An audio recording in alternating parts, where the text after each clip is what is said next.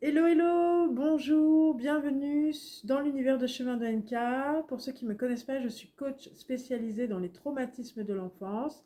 Si vous souhaitez des informations supplémentaires, je vous invite à aller dans ma barre de description où tout est indiqué, mon site web, mon adresse mail, mon agenda calendrier. Surtout, n'hésitez pas à partager, à liker, à vous abonner pour pour que ma chaîne continue de vivre quelque part.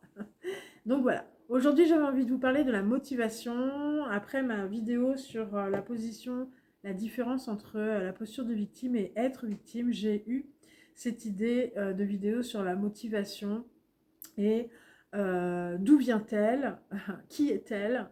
Quelque part, j'ai pris mon exemple dans le sens où qu'est-ce qui m'a motivé moi pour sortir de ces dysfonctionnements, de ces schémas, d'une posture. Et du coup, c'est en prenant des notes sur la motivation que je me suis rendu compte que c'était vraiment un moteur invisible qui m'a poussé à agir. Mais qu'est-ce qui me la nourrit intérieurement? Bah, c'est avant tout le désir de quelque chose qui me tenait à cœur. Et c'est aussi quelque chose qui me poussait à faire des efforts, même quand c'était difficile. Et ce désir peut concerner un rêve, une inspiration ou un besoin profond de changement, comme je le disais tout à l'heure. Mais il ne suffit pas d'avoir un désir. Il ne suffit pas d'avoir un désir, il faut aussi comprendre son pourquoi. Pourquoi il y a pourquoi ce désir est si important. Et il y a aussi cette notion de pourquoi je veux atteindre un objectif. Pourquoi j'ai ce rêve qui me tient à cœur. Et c'est ce pourquoi qui donne un sens à la motivation quelque part. C'est ce qui transforme un simple objectif en une mission personnelle. Et c'est ce qui nous fait continuer, même dans les moments où la fatigue ou le doute nous envahissent.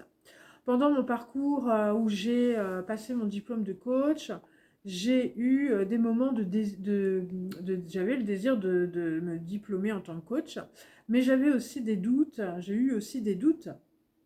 C'est normal d'avoir peur, d'avoir des doutes, d'avoir des craintes. Mais ce rêve était j'avais tellement envie de concrétiser ce rêve que pour moi, bah voilà, c'était plus important que tout ce que je pouvais ressentir en tant que doute, peur ou crainte. Et je savais quelque part qu'au fond de moi, c'était une mission pour aider les autres. C'est ce qui, comment C'est ce qui me motivait dans le sens où aider les autres à se reconnaître à se reconnecter à leur propre pouvoir. Et c'était ce pourquoi qui me poussait à avancer, même quand la route pouvait être semée d'embûches. Et dans le sens aussi où j'ai envie de parler de ça parce que quand on se retrouve dans des états de dépression, de burn-out ou autre, il y a ce manque de motivation justement. Et pour pouvoir le retrouver, il est nécessaire d'aller voir pourquoi nous nous sentons mal. Et une fois qu'on a la réponse, qu'on a été voir le pourquoi du comment par rapport à notre état de mal-être, euh, avec un accompagnant, un thérapeute, un coach, ou voilà, après c'est selon les envies de chacun.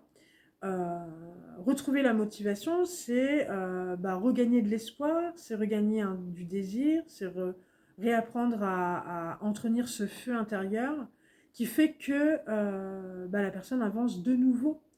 Et c'est en se donnant, c'est en voulant atteindre des objectifs quelque part que on prend le temps de se poser des questions sur ce qui est notre désir profond et pourquoi il est important pour nous. Et lorsqu'on trouve ce pourquoi, il devient un phare et une source de motivation à l'infini quelque part. Une fois qu'on détient ce pourquoi, ce qui est important pour soi, ça devient une source de motivation et un engagement pour pouvoir le concrétiser.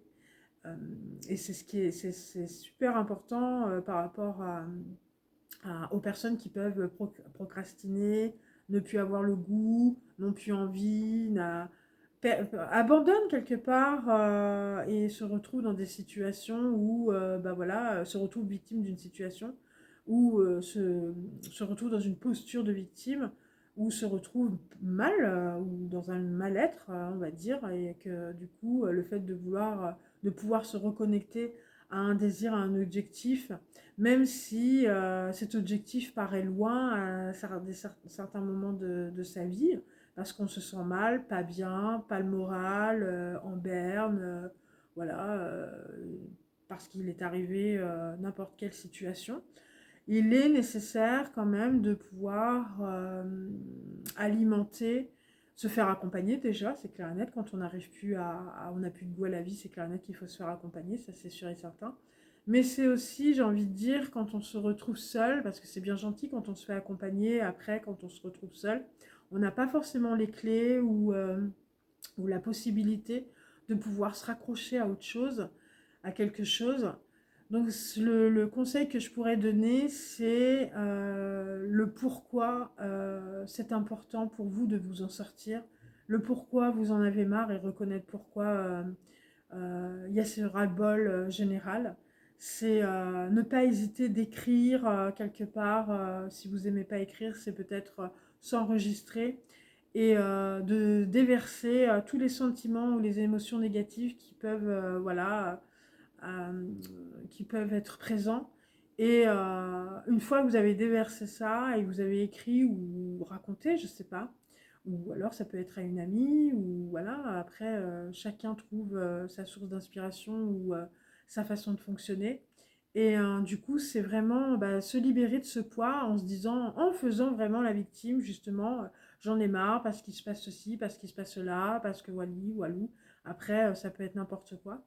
Et une fois qu'on a déversé ça, c'est vraiment de se positionner en se disant, mais alors, qu'est-ce que je fais maintenant? Est-ce que je reste avec ça ou alors je fais autrement? Donc ça peut être appeler le fameux coach ou la fameuse thérapeute que on devait appeler depuis quelques semaines et qu'on n'a pas fait. Ça peut être s'inscrire à une si la dépression n'est pas trop chronique et si c'est pas trop grave, si c'est juste une baisse de morale, s'inscrire au cours de sport, faire des actions quelque part nous incite à aller mieux, à prendre des décisions.